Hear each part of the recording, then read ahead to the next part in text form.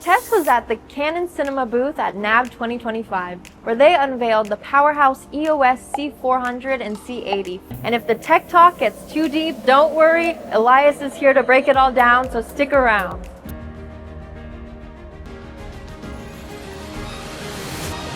Well, we're here at the cinema section of the Canon booth at NAB 2025, and we are featuring our latest, greatest cinema cameras. We have our EOS C400 and our EOS C80. They both have the exact same 6K full-frame sensor, and this brand new sensor offers triple base ISO, so you can do extreme low light, even at 12,800 ISO. Which is a very popular ISO to hit. Yeah, it really is, right? And these cameras are great. They have next generation autofocus if you want to, if you need to rely on autofocus, like in a documentary situation. Of course, I'm an old local 600 guy, so I'm used to relying on my first ACs for that, but sometimes you need a little autofocus and you want it to be reliable. But it also has built-in Wi-Fi, so we're featuring our camera to cloud solutions. We have a partnership with Frame.io with Adobe. Yeah. And so now you can send a proxy file directly to the cloud as you're shooting, have your editor 3,000 miles away cut a sequence and get it to you by lunch, so you know that you have all the shots that you need before you move on. Yeah. You definitely know by the end of the day if you need to get anything else before you wrap the set. Amazing. Because there's nothing worse than reshoots if you have to go back and shoot something again. Oh no, everyone's so excited about reshoots. We love them. Exactly. And with the built-in Wi-Fi, we also have a multi-camera control app that you can use on your phone or an iPad to control, to set all the functions of the camera as well. Okay, hold up. Before we go any further, Elias, can you jump in here for a second? Not all of us can speak fluent cinematographer. Help us out. All right, let's cover some of what Matthew's saying. When he brings up the full frame sensor, it's compared to older digital cameras which have something called the Super 35 sensor, which is traditionally 5 perfs of 35mm film. What we're doing with a full frame sensor is we're adding perfs to that, so we're getting a wider image. That means more context in your scene, but it also brings a lot of technical details that maybe could help your image. So we're talking works better in low light because you've got a much bigger area for light to hit to illuminate your image. We're talking a shallower depth of field. Because of the larger image, it's increasing the traits of your lenses. So what a 50mm lens looks like on a 35mm sensor is much different than what it looks like on a full frame sensor, not only because of what you're seeing in the image, but because of the fall off and everything, and it gives you a nice, beautiful image there. What's a perf? So a perforation or a perf are the little holes you see on the side of film reels, film strips, and that's what allows the film to get fed through the camera.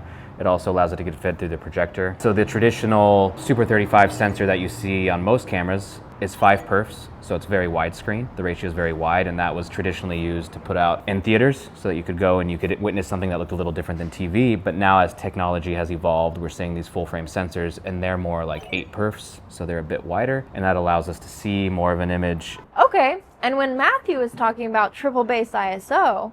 triple base ISO. A low ISO is great for shooting in the sunlight, where there's a lot of light that you need to take account of, and it'll bring your whole image down in exposure. And as you lose light or as it becomes nighttime, you're gonna bump ISO up to possibly even 12,800. Every camera works at what we call a base ISO, and that's usually around 640 or 800. What the base ISO allows you to do is keep the cleanest image possible when it comes to exposures. And when your camera is at its base ISO, it'll be the cleanest image in both exposure and detail. So what Canon is doing with their C400 and C80 is they're introducing a 3 base ISO level. The goal when filming, at least for me and for most others, is to stay as close to that base ISO as you can. So with Canon's introduction of these 3 bases, now you have 3 different levels where you can operate. And those levels are 800, 3200, and 12,800. And what that means is that you can go to each of those levels and you kind of reset your base. So you now have 3 ISO levels where your image is as clean as possible and it reduces noise. This is massive for those who shoot, indie films or smaller projects where lighting maybe is at a premium. At 12,800, you can light most scenes with a couple of lights. And so it's a really big game changer to have these 3 levels on your camera. Which one of these, because you are a DP? I was a DP for 27 years before joining Canon, yes. Which one of these aspects do you feel like is the most important from, a cinematography? Oh, I mean, it's the quality of the C400 cameras. For many, many years, Canon has long been believed to have the best color science, most accurate skin tones. People love the Canon look. And now the level they're working at with this level of cinema camera is right up there with any cinema camera you could name. I mean, anyone could shoot a feature on these with confidence and get really beautiful work. At this array, yes, it is. Yes, it's cinematic. It's pretty really fun. Good. Yeah. We were able to light the set a little more dramatically this year because we have cameras that can cover the high contrast range. Because these sensors are doing 16 stops of dynamic range. And when you use our triple base ISO, you can reset that dynamic range around each of those bases. So usually if you're stuck at ISO 800 and you dial if that's your base and you dial the ISO of the camera up, you're shaving off your dynamic range. Elias, can you please explain dynamic range? Dynamic range is the camera's ability to maintain details in both the shadows and the highlights of an image. So the higher dynamic range your camera possesses, the more information you're going to get out of shadows and out of highlights within the same image. The technology of dynamic range has grown so much over the years, it's a huge benefit. So for example, if you're filming in a dark room but there's a window, your highlights are usually either going to be clipped or your shadows are going to go away, complete to black. What a high dynamic range allows you to do is keep all of that information for an image that feels more complete. So for a camera to have 16 stops of dynamic range is incredible. It's an incredible feat of not only technology, but just the creative freedom it gives. You're able to shoot in environments that you might not otherwise be able to shoot in a much easier way. So yeah, I mean, a camera with 16 stops of dynamic range is just insane. We were looking at the Wall of Fame over on the side Yes. there, and obviously all amazing projects. Yes. And my eyes specifically funneled in on. I did not know that Pinocchio was shot on Canon. And well, that's a stop motion, so that's more of the stills side. I believe they use the stills cameras for the stop motion. Because the color in that movie. Right, that's the Canon color science. Yes. So perfect. It's breathtaking. All the things my eyes can see. No, get away from me. Everything is new to me. You, stand back. Don't come near me. It's ironic because we make the perfect color science and yet it's all hip now to just do yellow and teal, so everybody changes it anyway. But yes, if you want accurate skin tones, Canon's the place to go. But yes, just to finish, if you wanted to edit, if you could edit, and I was to finish my thought on the triple base ISO, if you were to set the base ISO to 12,800 on this camera, you're resetting that full dynamic range of 16 stops around that 12,800. So instead of getting up to a higher ISO and shaving off your dynamic range in the process, now you have the full quality of that sensor available to you, even at those jacked up ISOs when you need them. Yeah. Are there any projects that you know of right now that are being shot with the, Canon cinema technology? I know, I know that there's a lot going on. We had a feature called Good Bad Things that won Slam Dance last year that was shot on the R5C, a really small camera, and it's gorgeous. It's absolutely gorgeous.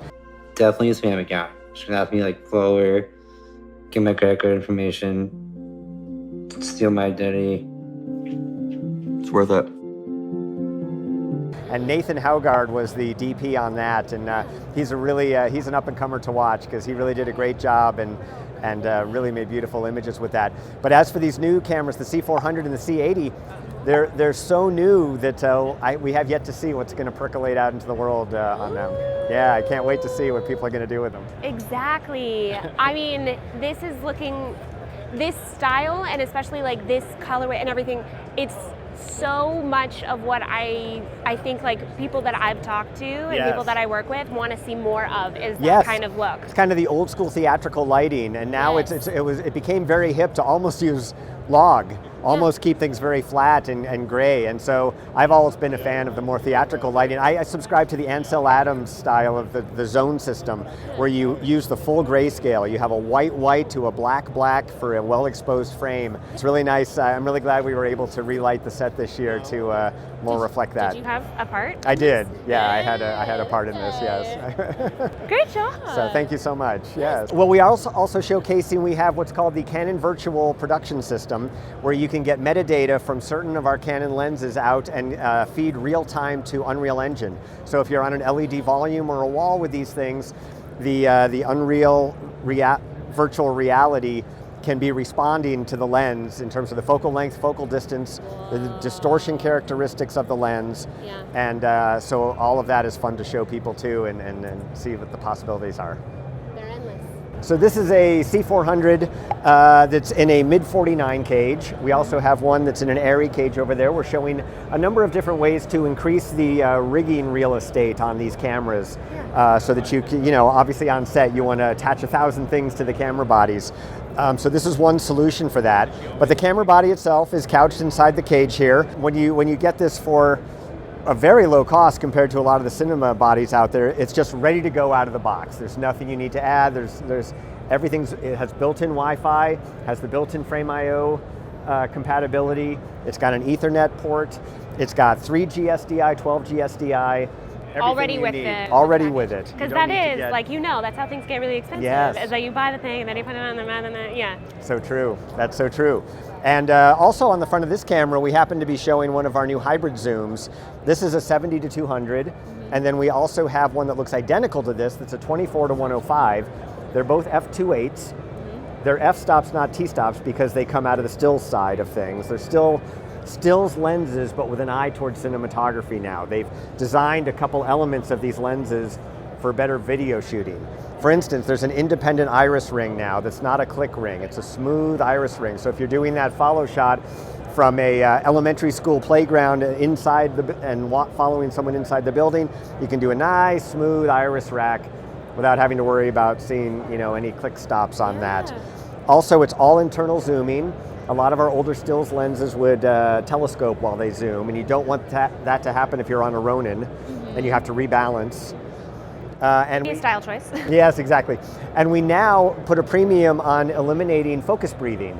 So when you rack focus on this, you're not going to see that unintended field of view change that some of our older stills lenses had. When you're a stills lens, it didn't matter because a stills photographer just gets to the shot they want, take a shot. Yeah. Right, exactly. But with these lenses, you can actually do these rack focuses and it'll stay rock solid.